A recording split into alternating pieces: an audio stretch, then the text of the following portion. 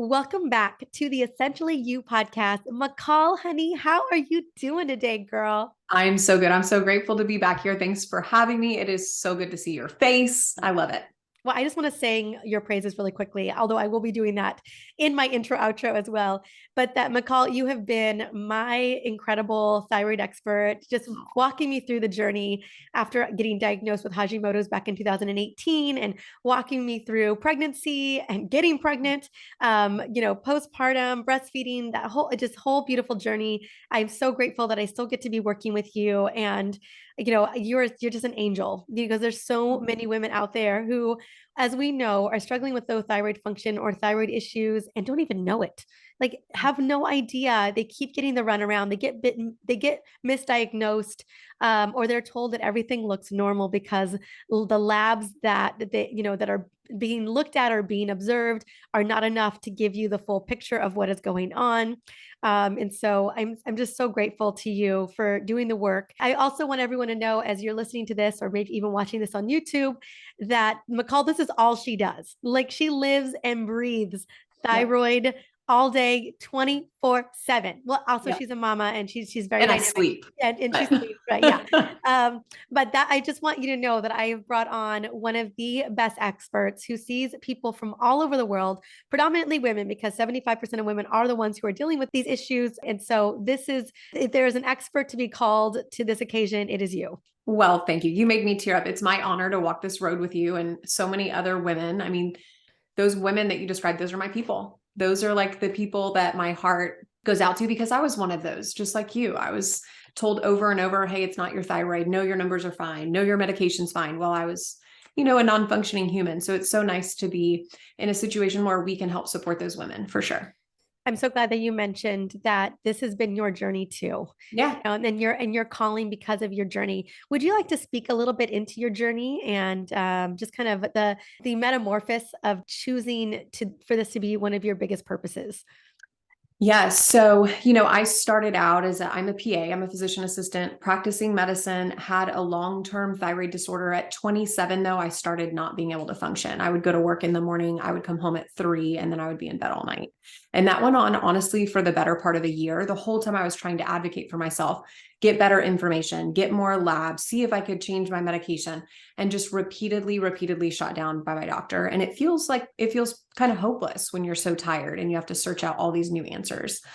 Eventually, I found my way to an integrative medicine doc who is one of the only people that really kind of knew the ropes around the complexities of thyroid. And he really honestly gave me my life back in 2 months. So I was a completely different person. I tell my patients this often. I think by now I would be on disability if he hadn't given me my life back. Like, it's just such a profound change. Really quickly, he became a mentor to me. And, I honestly started passively treating thyroid disorders while practicing psychiatry. That was my niche, integrative psychiatry. But eventually I had fixed, you're not going to believe this, and you might not even know this, but eventually I fixed so many people with treatment resistant depression that actually had a thyroid disorder that those people took my information, they spread it all over the internet, and they created my practice for me. Like, no one was coming to see me for psychiatry anymore. Everyone was coming for thyroid. So eventually from that, Modern Thyroid Clinic was born. And now I get to serve and give back to these women who, it's wonderful for them because I get to change their lives, but it's also wonderful for me because I get to change their lives. So it's just a win-win for everybody, and such a beautiful thing that we've built for sure. Oh my goodness, it's such an incredible story. I did not know that. And I want to Yeah. just kind of sidetrack, although I'm about to quick fire questions at you as Yeah, well we're as going to the sidetrack all the conversation. whole time. But the thing I wanted to speak into, because I've been doing a lot of research on cardiometabolic health. And one of the things that I was reading a lot about was that depression is 1.7-fold higher in women than men. Although we often think of men when we think of depression, I think, like, as a society. But it was really fascinating because we know that there's a lot of root causes that are driving depression, anxiety, a lot of the mood disorders that we're seeing today. And low thyroid function is absolutely one of them. And so, can you speak to the connection there? Because I know that there are so many women, that's one of the mixed diagnoses, is Yeah. that they're getting treated for depression and anxiety. And there's no root cause of looking at, well, do you have an underactive thyroid or do you have an autoimmune condition that could absolutely be driving the shift in neurotransmitters in your brain? Right. And I'll tell you, I mean, I would estimate 30 to up to 50% of my patients have been told by a doctor before they see me that they're just depressed. And that's the reason why they have all of this fatigue and brain fog. And really, you know, with hypothyroidism, one of the classic symptoms is depression. It just slows neurotransmitter formation. It slows hormone production. You know, everything just slows down and almost dries up and puts people into this hibernation state where they just can't really get up and about. They can't function. And that is just breeds more depression because they don't have the energy to feel good and create a life that sustains them and fulfills them. So it's neurochemical. And then it's also just the downstream impact of being tired all the darn time. Yeah, I was going to say, like, again, your brain runs to your metabolism. It's a big part of that. And if your metabolism is significantly slowed down because you don't have enough thyroid function to run it, also your gut is absolutely impaired as well, which we know a big source of our serotonin comes from. You know, you're talking about a double, triple whammy here that can lead to feeling depressed. Everything's so integrated. Yes. You Always. know? Mm-hmm. Yeah. So I'm just so glad we connected and touched upon that. Okay. So let's talk a little bit about, I know that there are people struggling with hyperthyroid as well, but I want to specifically speak to, I know that, and you can tell me, how often are you seeing patients with hyperthyroid versus hypothyroid? Oh gosh, I would say 1 out of every 500 of my hypothyroid patients is hyper. So I definitely see Graves' hyperthyroidism extraordinarily more rarely than I see hypo, which is just a pervasive problem. Okay, I wanted to just address that because I know sometimes when I talk a little bit of hypothyroidism, when I am, you know, posting on social, or I've had people come and talk to me after a podcast episode, that some have come with hyper. And I wonder at times, because I know with Hashimoto's, especially in the beginning of Hashimoto's, people can swing. Yes. And especially Graves will swing to Hashi. Yeah. Okay. So talk to me a little bit about that. Again, I want to focus mostly because if the majority of us are struggling with hypothyroidism, I really want to put our focus there as well. Why is it that when we're dealing with an autoimmune condition such as Graves or Hashimoto's, that we can swing one way or the other? Yeah. So, you know, it's interesting. In fact, like, and no one's ever asked me this question, but about 40% of my Graves patients also have Hashimoto's antibodies at the exact same time. So simultaneously, they have Graves and they have Hashi.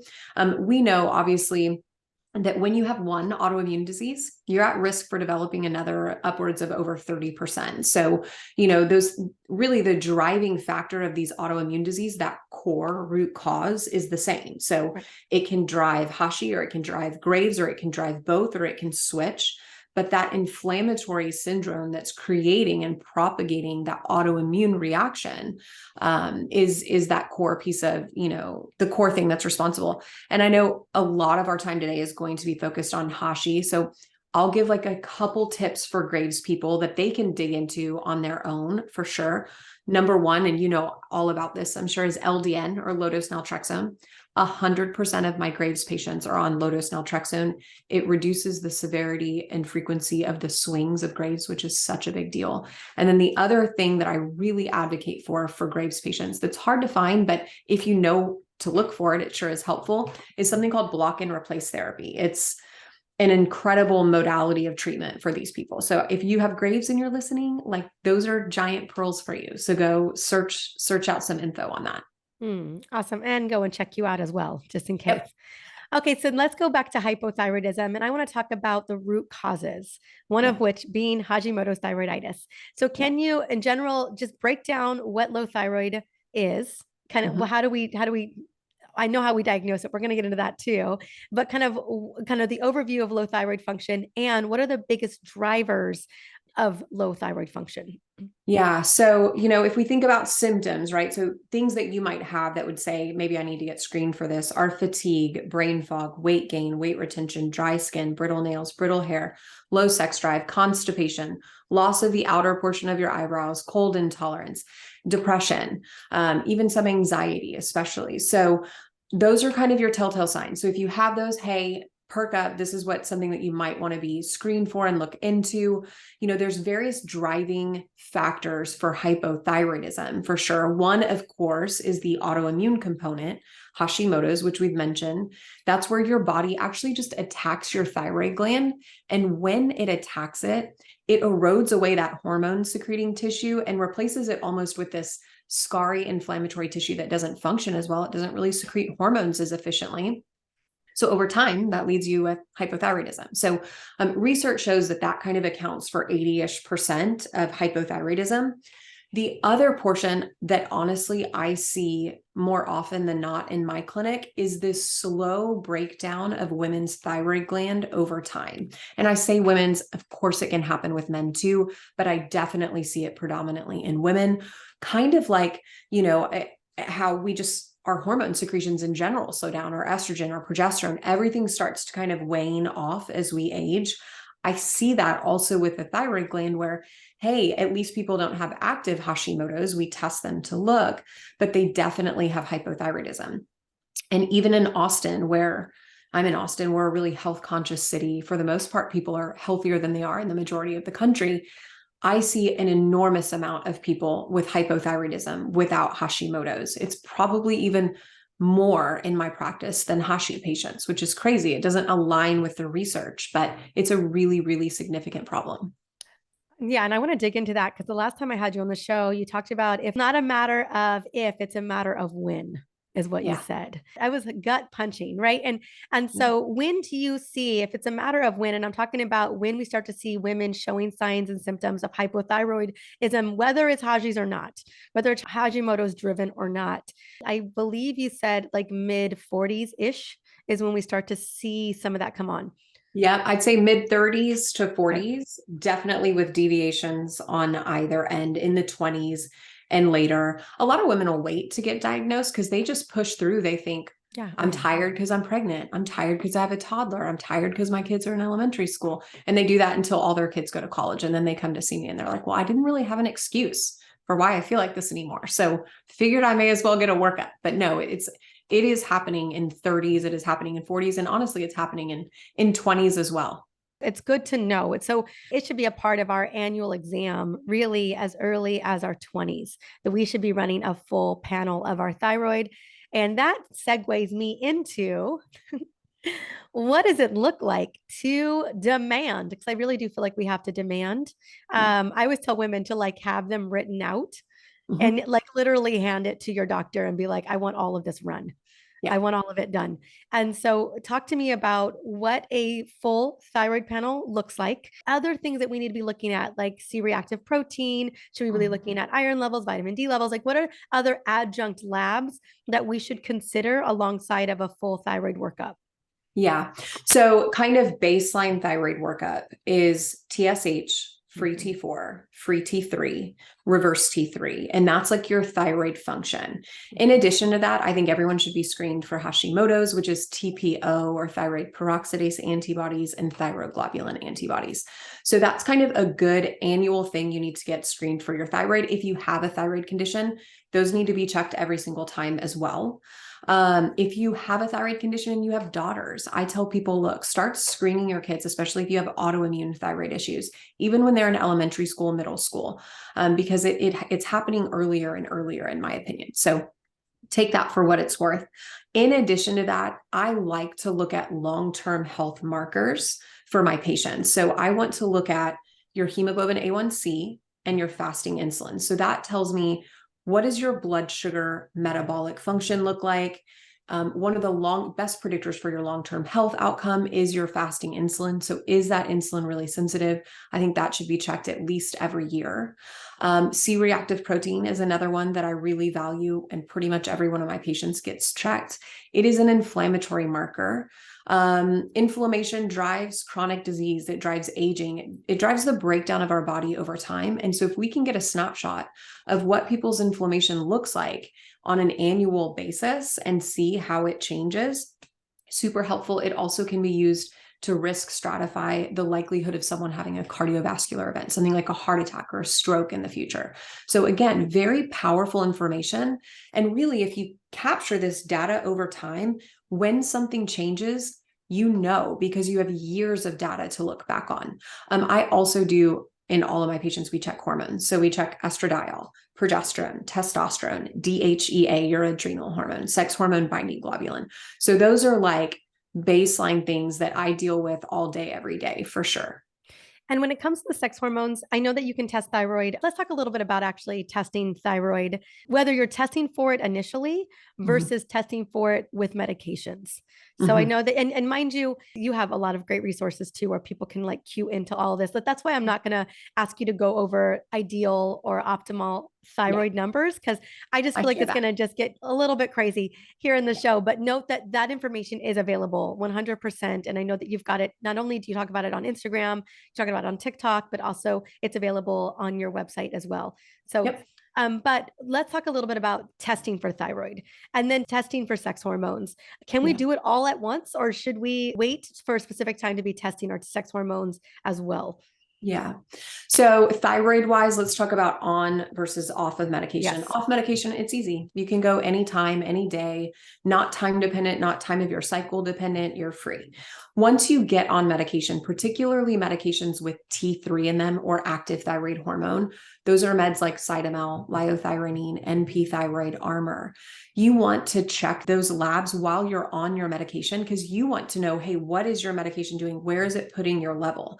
If you check it a day after you've taken your medication, you're chronically going to be low because your medication's short acting. So with Cytomel or Levothyroxine, I encourage people to go 2 to 3 hours after they take it. That's the peak. With Armour or NP, 3 to 4 hours after they take it. And it is your peak. So you're not sitting there all day, but it sure will tell you what the highest dose, the highest level that you get every day.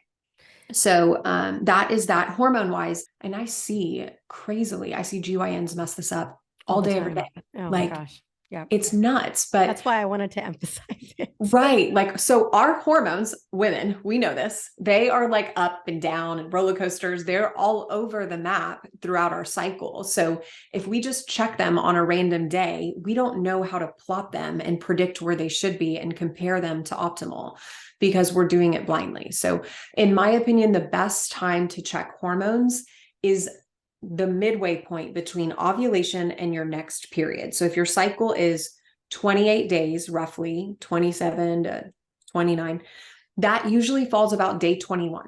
So it's about a week before your period, a week after ovulation. That tells us uniquely the peak of your progesterone, which is so freaking important to feeling good and not being a basket case while you're PMSing. And it also tells us about the midway peak of your estrogen. So lots of valuable information there. Whereas if you check it on day 9, everything's really low. So we don't really have a good picture as to what's going on. Absolutely. Okay, great. Good to know. So yeah, I always tell people, midway through 7 days minus your day 1 of your period, which is the first day of your bleed. That'll give us some good information. And if you're not doing it already, please, please, please, please, please track your cycle. Track your cycle. Yes. Okay. And the reason why I asked too is, for me, I'm working with you, I'm on Armour and I'm on Cytomel. So I go in at exactly 3 hours because that's the intersection between the two. So that's usually where I go in. So if I'm I'm usually fasting that day because I'm running all the other labs. I'm running my fasting insulin, hemoglobin A1C. I'm doing the whole thing, C-reactive protein. So I'm always fasted 12 hours. And then I make sure I'll even take it earlier in the morning. If I go in at 9, I'll make sure to take it at 6 a.m. so that at 9 o'clock when they're doing the draw, it's right on. And this is really important because, your practitioner, especially if you're working with a functional practitioner, they're going to want to see what it looks like when you're on your medications, when they're at peak inside of the bloodstream. So I just wanted to speak to that from my own personal experience and how I make that work. Yeah. Okay. So now we've talked a little bit about sex hormones, running labs, what the labs look like, what other labs to be considering when it comes to overall metabolic and thyroid health, because it's all interconnected. Let's talk a little bit about medication. I got a lot of questions around medication. Sorry, I had a little pause because I was thinking about how I wanted to kind of work all of this in. So a lot of women, they come into their doctor, they don't get that full panel run, let's just be honest, and they are often put on a T4 medication more often than not. And they don't even know if they look for Hashimoto's or not. So there's not even a clear indicator if there's Hashimoto's on the scene that's actually driving this hypothyroid issue. Talk to me about medication efficacy, efficiency, and what you have seen, because I find that the standard of what's being recommended isn't always working for women, and they often, if they ever even feel better, I find that they feel like crap within a couple of months afterwards. Yes, I actually call that the 4 stages of synthroid. Know that my perception of this is skewed. So I am not someone's first stop for their thyroid treatment. I am someone's last stop. So people that feel good on first line of treatment, levothyroxine, synthroid, tyrosine, unithroid, those people never see me. They don't need me. They stop at their primary care doc or their endocrinologist, and everything's wonderful, supposedly. My practice is built around people who I think are the majority of people on thyroid medications who do not respond to T4 based medication, which accounts for 99.999% of all thyroid medications prescribed. Levothyroxine is actually still the number one prescribed medication in America. So obviously this is first line therapy for hypothyroidism, and, more prescribed than even diabetic medication. So it's a big deal. I give the analogy with these medications of crude oil. Okay. So we are giving America, all these women, crude oil hormone. It's inactive. It's inert. Doesn't really help them at all until they take that crude oil and they convert it into gasoline. The same way we don't put crude oil in our car to make it go, we need it to make gasoline to make our car go. If we can't take crude oil and make it into gasoline, we're not really going anywhere in our car. Well, we are pumping everyone full of crude oil, and the vast majority of people are not able to efficiently make gasoline from it. And so what that leaves them with is a gas tank on empty and a bunch of crude oil stockpiled in their garage. So they're not really going anywhere. They're persistently having symptoms. You have to be able to convert that T4, that levothyroxine, that synthroid, to T3, to your active thyroid hormone. Okay. And if you are on levothyroxine, synthroid, unithroid, tyrosine, these medications, and you are persistently having symptoms, irrespective of your doctor adjusting your dose up and down for decades or years or whatever, it's because you are a poor converter, and you should have a conversation with your clinician about either adding in Cytomel, liothyronine, talking about Armour as an option, but something has to change. And sadly, it is not the dose of people's levothyroxine that needs to be adjusted. Thank you so much. And talk to me about where it's converted. Why are we struggling to be poor converters to begin with? Yeah, let's just start with that. Yeah.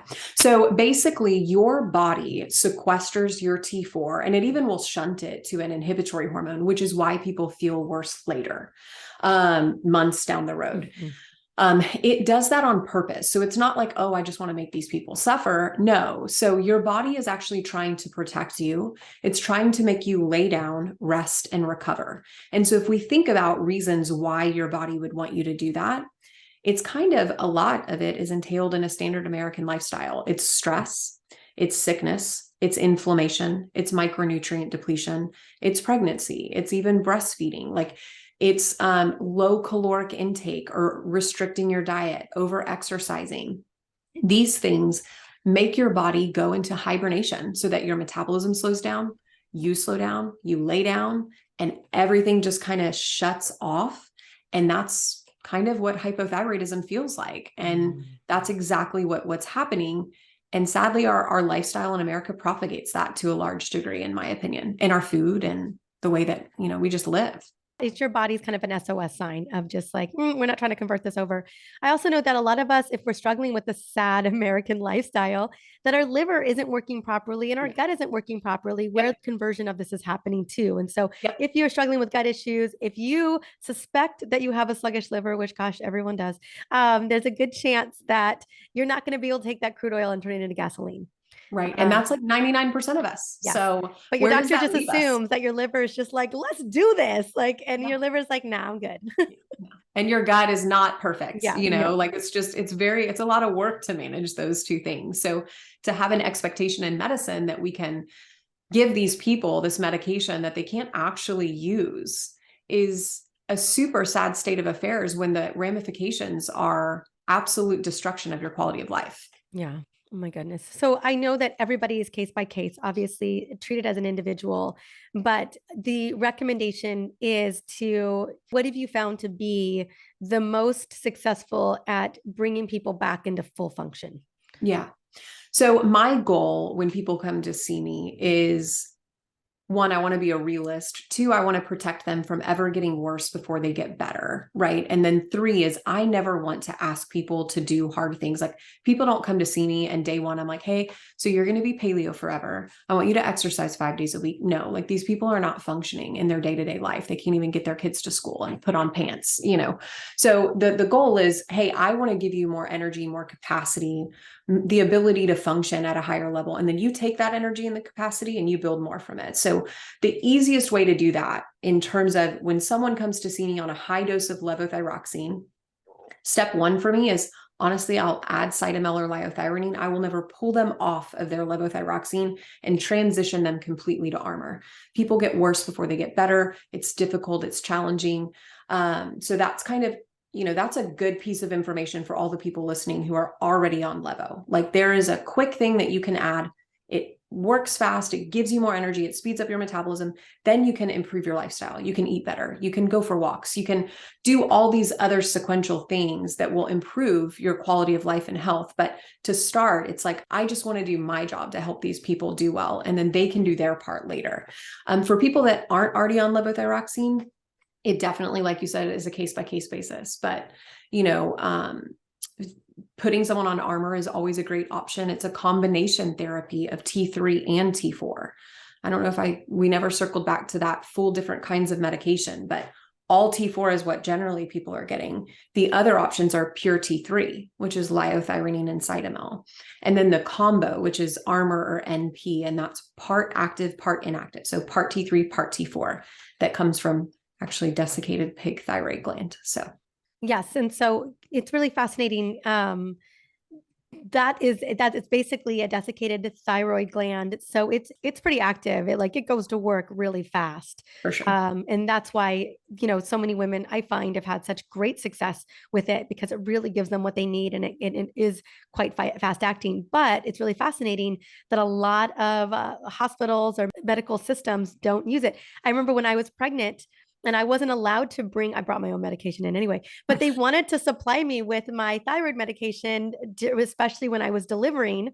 It was this whole thing to go and find Armour. And I was like, I could just bring my stuff in. Right. Like during COVID and all this, it was all crazy. And I brought I was like, I don't know what they're going to do. Like, I don't know, trust that they're going to actually even find my stuff. You know what I'm saying? But it was like this whole thing that they were just like, okay, we're going to get this. Like, what are you taking? Like, okay, we don't really have that. And that pharmacy. So they had to go and source it from somewhere else, from another pharmacy to get it.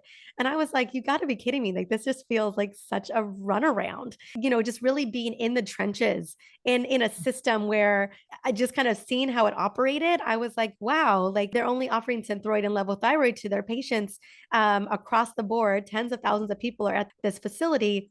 And like, it is such an issue to like have to go and find a natural desiccated thyroid medication for me. Yeah, it's crazy. And the sad thing is I'll see so many women, they'll just be like, well, we're just going to put you on levothyroxine while you're here for 4 days. Well, your Armour's completely gone from your system really quickly. Levothyroxine builds up over weeks. So it's basically like you don't have access to thyroid hormone. So your milk doesn't come in or it's really low. All of these sequelae happen because of that. And they're like, oh, it's fine. We'll just switch you for a few days. And it's not the same thing at all. But yeah, most doctors will not prescribe Armour. They are still under this false pretense that ended actually in 1984. Before that, prior to that, Armour wasn't really stable. It wasn't really controlled. It did have swings. It did ebb and flow. It was the oldest thyroid medication out there. It was around half a century before Levo. That all ended in 1984, but by then the medical community had already fully committed to the concept of this is not a stable medication. It can't be predictable. We don't know how much is in each dose, when in reality it is so extraordinarily particular that I can predict where people's labs are going to land on it as I change their medication within like a 0.2 decimal radius. Like it is so predictable, but medicine won't sort of evolve with that concept anymore. That's so good to know. I just wanted to just dive into what was going on there. And if there were just sharing my own personal experiences, if other women are experiencing some of these difficulties, even again, like I said, I already knew. I was like, I'm just going to bring my own stuff, like just Yeah. going to do my own thing that I know what to do with my own medication. But I just wanted to speak to that. Okay. So now I want to just kind of segue now that we've talked a little bit about medications and the differences. And if the status quo is that we're just going to be getting crude oil, we're just going to be getting an underactive tea for synthroid or levothyroid. What do we do to Yeah. go and get a natural desiccated thyroid like Armour, or even have added T3 to the mix? Like, where do we go to do, like, who do we go and see? I mean, obviously you. Right. I'm trying so hard to I mean, expand there's that only so access. many. I know there's only so many. Like I need to just create a clinician course so badly so that people can just have better access to this. But, I would say aim for a functional medicine person that has prescribing capabilities. So you do need, if you have Yeah. true hypothyroidism or Hashimoto's, you've lost some of that thyroid function, you need medication. So find someone with prescribing capabilities who also kind of niches in a little bit into thyroid. They don't have to do only that, but something that they do frequently needs to be that. If you want to go to your doctor, I find doctors are either open to it and they're like, you know what, we'll try that. We'll go conservative, but I'm open to it, or they completely shut patients down. And if you get shut down, if you get rejected, if you get mistreated, what I tell people is listen, don't try to convince this doctor to change the way that they practice. If it's clear that they're uninterested in doing so, don't let them, treat you poorly because of their ideals of what they think they need to do for thyroid hormones. Leave and find someone else. Your doctor works for you. Find someone that wants to partner with you. It's your body, it's your health. If you can't get to the end that you need to get to with your clinician or physician, change. Don't be afraid to move on. Thank you for that. Okay, now I want to dive into the question that everybody wants to know. And I've got a couple other ones. But the big one that often I hear a lot from women is, can I ever get off my thyroid medication? And before I even, actually, I'm going to roll it back just a second. Really quickly, I know, dialing in thyroid medication is its own unique art. And really science rather than art. And yeah, art and science. And let's say we do convince our doctor to give us Armour thyroid. I mean, do they even know what they're looking for in terms of looking at ideal labs for that person? So if, let's say, I do convince my doctor and they hook me up with some Armour, and oh my gosh, ooh, girl, I'm feeling so good. It should, is it just really that we should be listening to our bodies, and based on if we feel changes and shifts, that we should go back and have that conversation? Like, I know that gets a little bit more nuanced, but Yeah. I was just curious, what do we do in that interim? Obviously, we need to get our labs looked at relatively consistently, and even I haven't been that great about it. I'm not going to lie. I'm gonna be straight It's up fine. honest with You're everybody. reasonably stable. It's Yeah, okay. yeah. So I mean, and it's because I've felt so good, and Yeah. some things in my life had not changed. And so, but I just wanted to speak to that. We do need to be consistent, but should we be going off how we're feeling as a big part of it? The way that I do things is like, I want to optimize everyone's thyroid labs. We look at them about every 3 months until they are optimal. Basically, once women know what they're supposed to feel like, because the reality is we are all walking around pushing through and having no clue what we're supposed to feel like. So once I can get people to optimal and they're functioning up here at a high level, women know when they deviate at that point. If they lose 10% of function, they're like, oh, I need to go back to see McCall. I need to get labs. I need to check in. Something's off.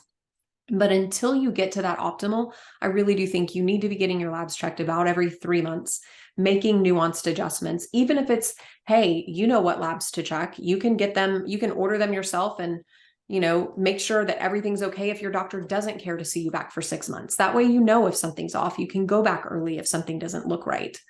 But yeah, do that until you really are optimal. Okay. And then like I said, I will have a link from you where you can look at what optimal lab numbers look like for every single one. And then I want to just ask specifically about Haji's when we're talking about thyroid antibodies. Again, I've read a lot of philosophies around this, because I know that sometimes for some women, the numbers just never go fully down.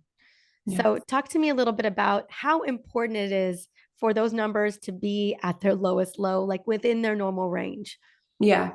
So I'll tell you this, the bulk of women's thyroid symptoms don't come from Hashimoto's. They come from hypothyroidism. Right. So still they can feel great and have antibodies. Mm-hmm. The goal with antibodies, and regular medicine doesn't even really believe this is a thing. This is definitely more a functional medicine approach. We view autoimmune diseases as inflammatory mediated and modifiable. So our goal with patients at Modern Thyroid Clinic is, of course, we want to make people feel good. We want to balance their hormones, but we also want to reduce their antibodies as much as we can. So, even if you don't technically get to remission, but your antibodies go from 300 to 75, your TPO antibodies, for example, that is a significant reduction. And sure, you're not quite at the remission level, but that reduction means you're losing less thyroid gland over time. Your inflammation systemically is less. Your risk for other autoimmune diseases is less. So all of these benefits come with antibody reduction, even if people aren't completely in remission, they still get those long-term benefits. Thank you so much for that, because I know that there's been a lot of different philosophies, especially in the medical world, of like, does it even matter if they've got antibodies or not? But again, they're not looking at the fact that, yes, when you've got that level of system-wide inflammation, that can lead to other issues down the line. And I can't tell you how many women I've seen with endometriosis and hypothyroid, and Hashimoto's or IBS, or, just lupus, all the different types of autoimmune conditions that are out there. So I just wanted to help you clear that up. So then let's say we do get Haji's into remission. Let's say we get the numbers low enough. The thyroid globulin and the TPO numbers are looking so sexy, girl. Okay. And now I want to know, McCall, can I get off my medication? And could you please explain where you land on that? Yeah. So in my opinion, this is an enormous misconception. Yes. I think a lot of the people propagating the idea that people come off of medication if their antibodies are zero are people that are not able to prescribe medication. So they're almost making false promises to these people that they can fix their thyroid problem. I mean, if they can get your antibodies down, amazing. Mm-hmm. But unfortunately, that does not mean you do not need medication. So I want to talk through that physiologically. Let's say you have Hashimoto's for 5 years, for 10 years. During those 5 to 10 years, your body has been attacking your thyroid gland. Okay. It's mounting an autoimmune response against your hormonal secreting tissue for your thyroid. When that happens, it almost eats away at that tissue. It makes it not work. It creates a lack of function or inefficiency of that tissue. And let's say over those 10 years, you've lost 25% of your thyroid gland due to that autoimmune reaction. If your antibodies go to a 0 even after those 10 years, that 25% of your thyroid gland that's gone due to that autoimmune activity, it doesn't grow back. It's still gone, right? So you're still have that loss of hormone secreting tissue that has to be offset with medication. Thank you. Thank you so much.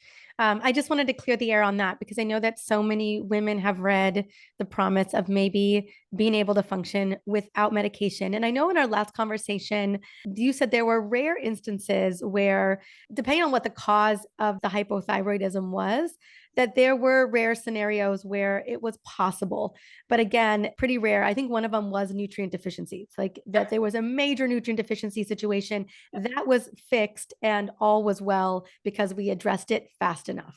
Yeah. I call those people pure conversion disorders. So those people actually produce enough hormone. They make enough inactive hormone, crude oil T4.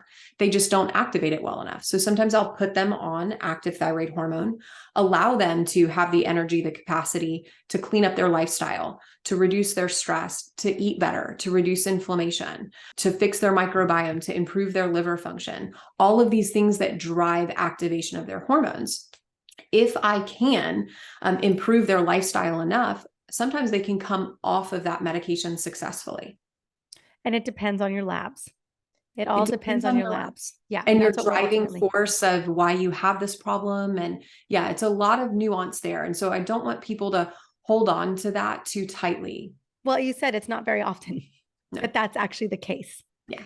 Let's talk about, one of the questions I get, because I know that there is a connection, and I'd love for you to go into kind of how deep that connection is the relationship with your adrenals and your thyroid.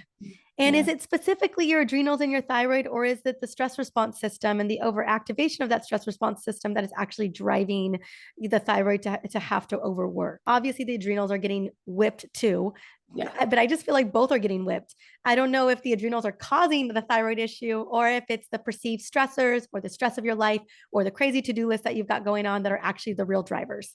Right. I think it's more the second. So I definitely think it's our lifestyle, it's our stress or our perceived stress or inflammation that's activating our adrenals, increasing our cortisol. And it's just this back and forth relationship. Your adrenals don't allow your thyroid hormones to activate and function. When your thyroid hormones aren't functioning, your adrenals are compensating. And so they're getting burnout. And I'll tell you truly, truly, like 100% of my patients that have thyroid disorders, which are 100% of my patients, also have adrenal dysregulation. Mm-hmm. Like they are just so inherently tied, unlike anything else I've seen. It's just when one is off, the other is off, and vice versa. Thank you. Okay, good. Good to know. I just wanted to just speak into that. I know that you give adrenal protocols as well, because, when we look at the whole scheme of it all, that's a major player here. I also know that insulin resistance is playing a role. I also know that our hormones are playing a role. I also know that your gut health is playing a role. I mean, it's very much it's a very dynamic, healing protocol that we're looking at when it comes to looking at all of it. The other thing I wanted to ask is, specifically on a cellular level, can we have cellular kind of SOS signals around hypothyroidism? Basically, that the cells are deciding that they're just not taking on more T3. This is a theory that I heard, by a couple of practitioners who felt like we would get cellular hypothyroidism before we'd actually get that it would actually impact our thyroid. Yeah. So basically, it's almost the same concept as like a T3 pooling or an increase in your inhibitory hormone. It's not actually a thyroid problem at all. It's outside of the thyroid for sure. Absolutely. Because the reality is our thyroid isn't secreting our T3. It's not the thing that regulates that. That happens on a cellular level. That happens after it hits our liver. It definitely travels and goes to the rest of the body. So yeah, I mean, I can't say I've seen that in the science, but I definitely see that your body inherently tries to keep you from accepting T3 when it is in a stressed state, physically, emotionally, whatever it is. And that's what I wanted to speak into, is that it can be on a cellular level too, where your cells are like, oh, this is stranger danger. Like, Yeah. I know that if you come in, you're forcing me to activate. I don't have the bandwidth. Like maybe it's your mitochondria that are like, nah, no more T3 here. We can't run anymore Yeah. of No, the cellular absolutely. processes that T3 is demanding to drive. Yeah. Our body's smart. It serves us on purpose. Sometimes it feels like it's out to get us, but it's not. It's really trying to protect us. It's just, it over protects us at times. Yeah, no, I know. It's just like our brain. Yeah. And hence why we have this stress response system, is your brain is just trying to protect you from something that happened to you a long time ago. It's like, whoa, whoa, whoa, whoa, whoa. And it just ends up being, it doesn't always serve us at all. And so your brain is trying to keep you safe, not trying to keep you, emotionally resilient. Zen. Yeah, Yeah. Zen, exactly. Okay, now I want to talk about, it's one thing, the medication's obviously a major game change here. Getting the Hashimoto's antibodies in check, a major player here.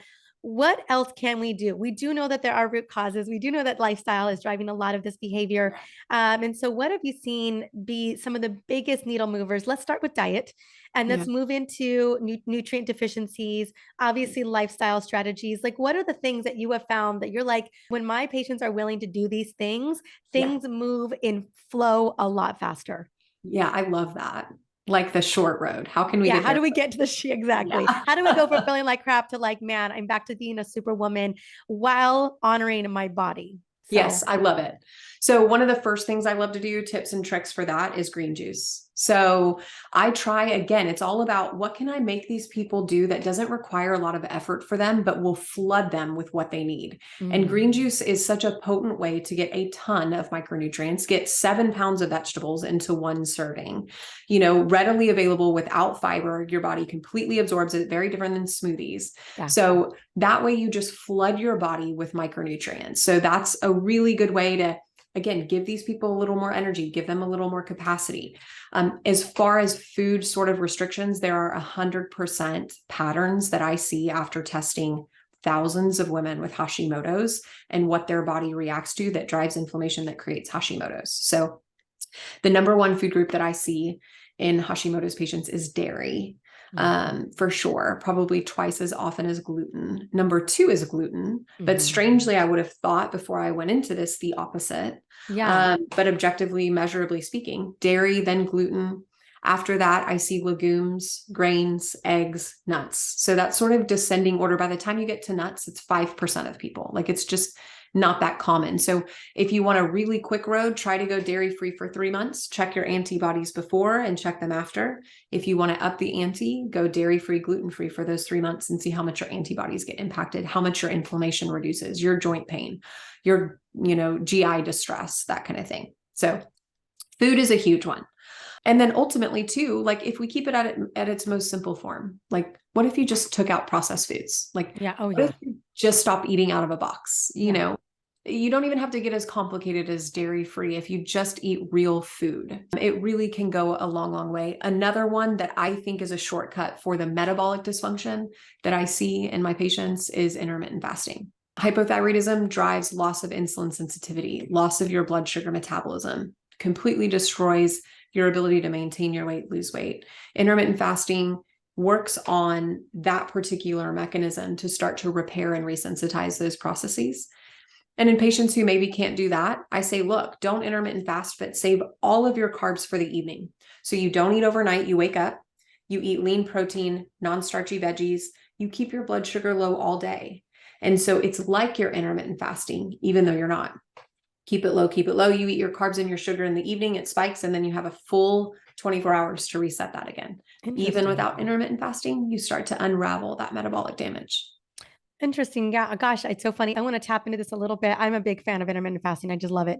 And I think that it's, when we can do it, women are a little bit different. Like I love fasting according to our cycle too. Like there are definitely windows of our cycle where we have more resilience and wiggle room. And then other times, especially the end of our cycle where our bodies are like, please don't do, like, I'm not ready for this. Yeah. But then also I was curious with the dynamic, especially with adrenal issues and intermittent fasting, because I know you've looked at this a lot. Can we at least get away with a circadian based fast, like a 12-hour? We have dinner. We make sure that our food is digested before, our bedtime, and then let's say it's 7 to 7 or 6 to 6, something like that. And that should probably be okay, even if we are healing our adrenals and our stress response system as well. Yeah. So I get that question a lot. Yeah. And there are pros and cons. It's a give and take system. Yeah. Right? So my balance is I want women no more than a 16-hour fast. So you could even do a 12 to start, and a lot of women do. And if you're really tight on those windows of outside of that 12 hours, that gives your body a lot of repair time. So I never recommend more than a 16-hour fast. And I honestly only recommend women do intermittent fasting 4 or 5 days a week. When, leading up to your period, if you feel like you wake up and you're hungry, you eat. Don't fast that day, or, stop eating early. You listen to your body. It does not need to be this extreme, dogmatic every day, all day. But what I find is the reduction in inflammation that these people are getting is reducing their adrenal burden. Sure, maybe their adrenals are a little bit activated, especially if they wake up and have coffee and no food and really push back their eating window or go to extremes. But the reality is when you weigh the pros and the cons, the reduction in people's stress response all day, every day, from not walking around so darn inflamed all the time because they're constantly dealing with food is huge. Yeah, those poor mitochondria. They're just, they're just working like away. I know. There's no break. There's no break. Okay, so good to know. I was just curious. I do speak a lot about metabolically healthy meals in the morning, but I'm also concerned about women's insulin resistance in the evening. So I ask women to push their mealtime back. If they're going to bring carbs in, I've worn a CGM a lot over the last couple of years, McCall, and I've been so fascinated. Like even a low carb dinner at 5 looks a lot different on my CGM than it does at 7:30. So let's just say it's like a big, robust, metabolically friendly chicken salad. No sweet potatoes, nothing like that. There's Yeah. like, it is just greens, Celery. you know what I'm saying? And some chicken Yes. and, an olive oil and red wine vinegar or something like that as a dressing. I maybe have a 10 milligram per deciliter jump, like stays Wow. within the sexy place I want it to be. But if I were to bump up that same meal to 730, girl, it's like a 30-point jump. Fascinating.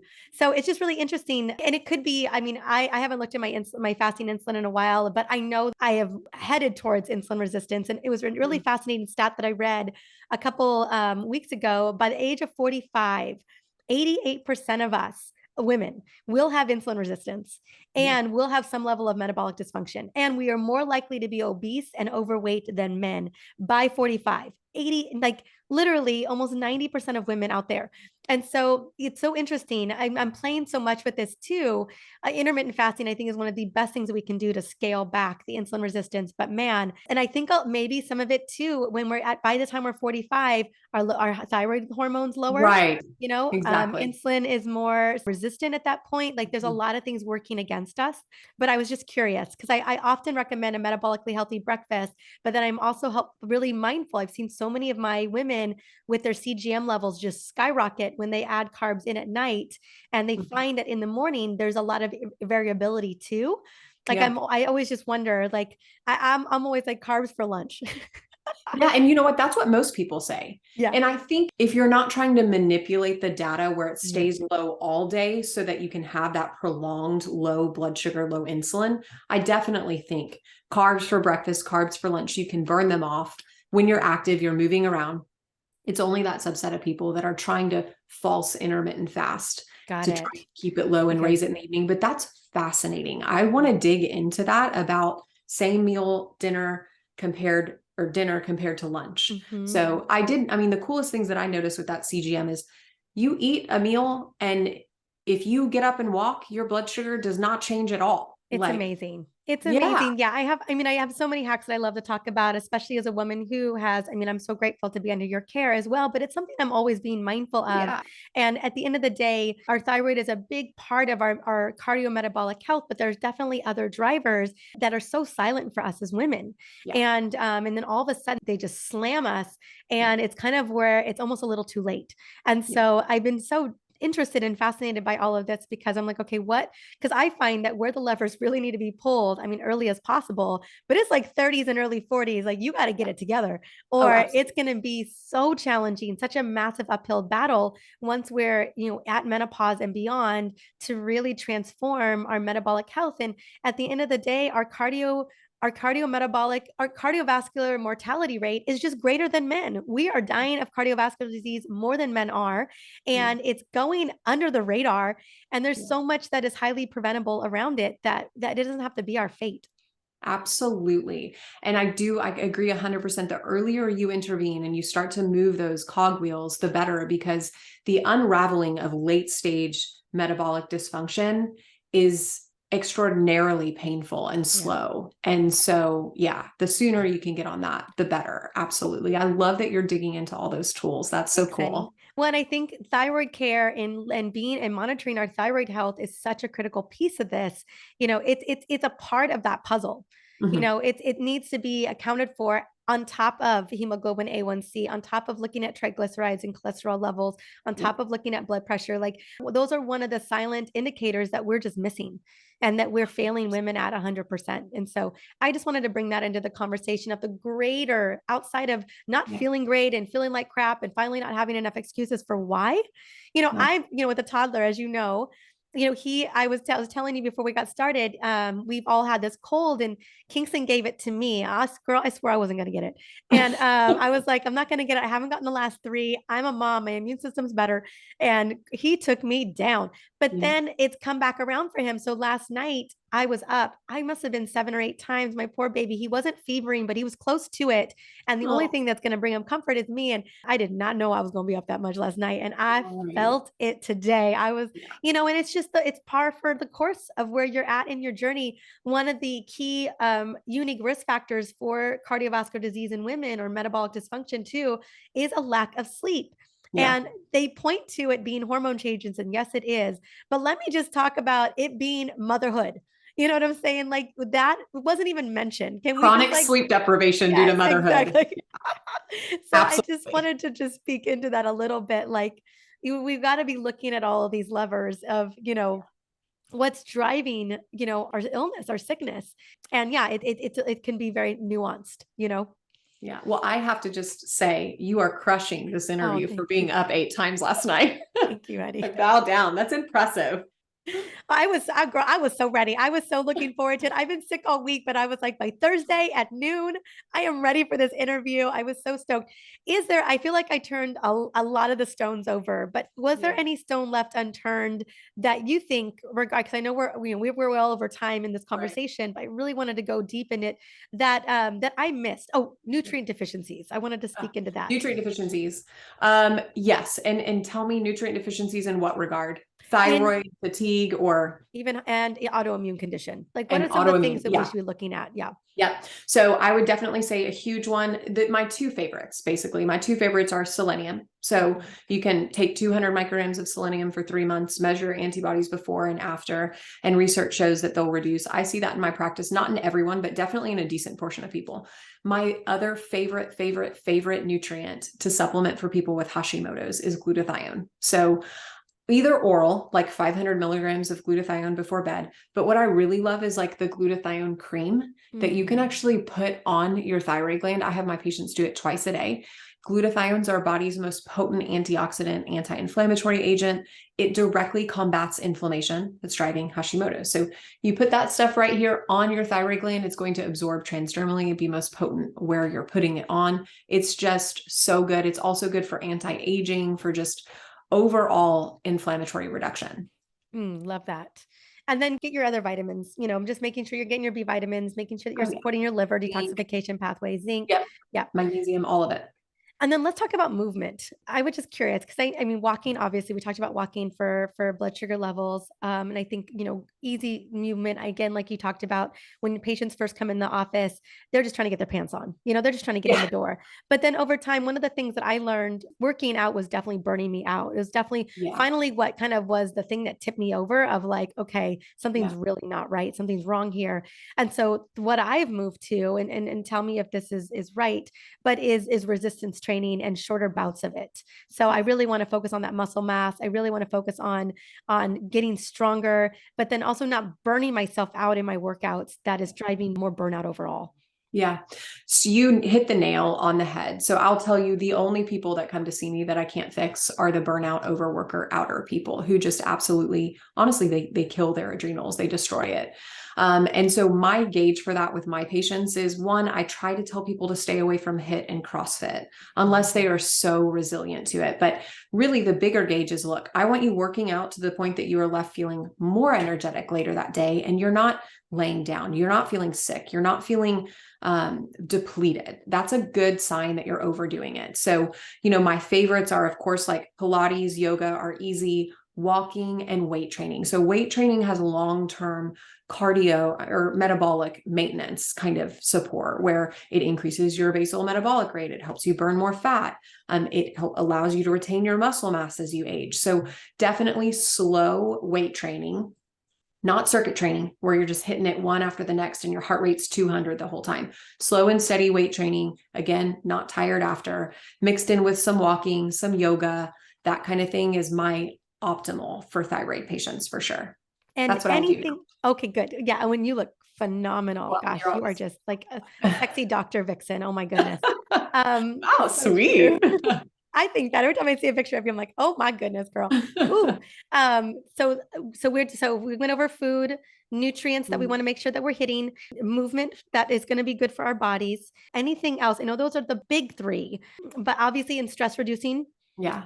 And also, I know that you recommend glandulars for adrenals and adaptogenic herbs for adrenals too.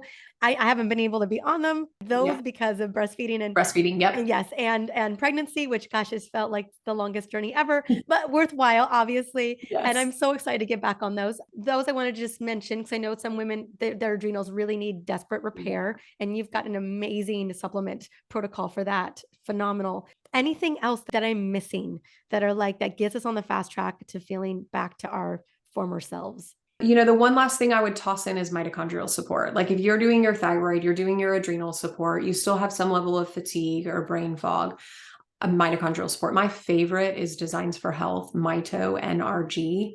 It's amazing. It's not, mitochondrial support can be very expensive, a lot of pills. This one's very well balanced.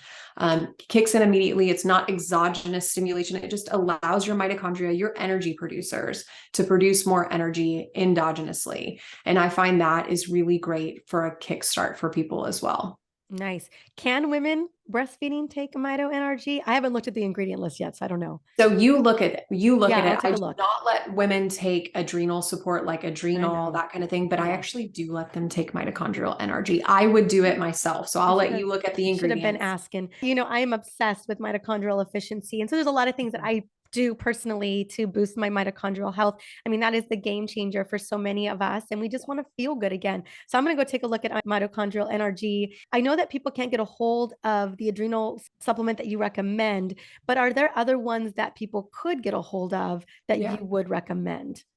Sometimes now I kind of feel like they almost can. It's by Orthomolecular Adrene-All. You can order it on Amazon. It's really expensive. You can order it from our supplement store, modernthyroidclinic.com. Yes. But I think other places, it's like loosening up a little bit about access. So that is hands down my favorite adrenal support by far. And then I love just plain old ashwagandha in the evening by almost any brand. But those are my go-tos. And something that I use with almost all of my patients. And are you talking like, would 500 milligrams of ashwagandha do the trick? I start with 500 and sometimes I'll increase to 1,000 if people are really stressed. Yeah. Awesome. Always at night. I don't ever dose it in the day. It's kind of like drinking a tall glass of red wine in the morning. It's not really how I want to feel. Yeah, it's so zen. It is so zen. I like to pair it with a holy basil when I was with a tea too. Yeah. Like have a little holy basil tea and then do my ashwagandha. And yeah, and also, by the way, when you were looking at the list of things to get rid of, ladies, alcohol is off that list. So if you're looking for the alcohol experience without the wine that is disrupting your liver and your blood sugar and all the other things, I'm going to say, this is your cocktail right here. Right. This is for you. McCall, my goodness. I feel like we could go into so much more nitty gritty detail, but I feel like we really covered a lot. And what I want to recommend everybody, because I know so many of you are thinking, oh my goodness, should I just go get my labs run? Yes, please go get your labs run. But also I want you to check in on modernthyroidclinic.com. There's so many great resources there. This is the place to be, the place to go. Call, honey, where else would you love us to come and find you? Find me on TikTok. It's my latest adventure. It's so fun over there. So I'll see you there. Okay, good. And then we'll have the link for you to go and check out TikTok as well. Thank you so much for taking up so much of your time today, girl, to answer all these questions. And I'm so grateful to you. Well, thank you for having me. It's absolutely my pleasure. I feel like we got to hang out across the country. It was wonderful. So thanks for the hang sesh. Yes, please. Thank you.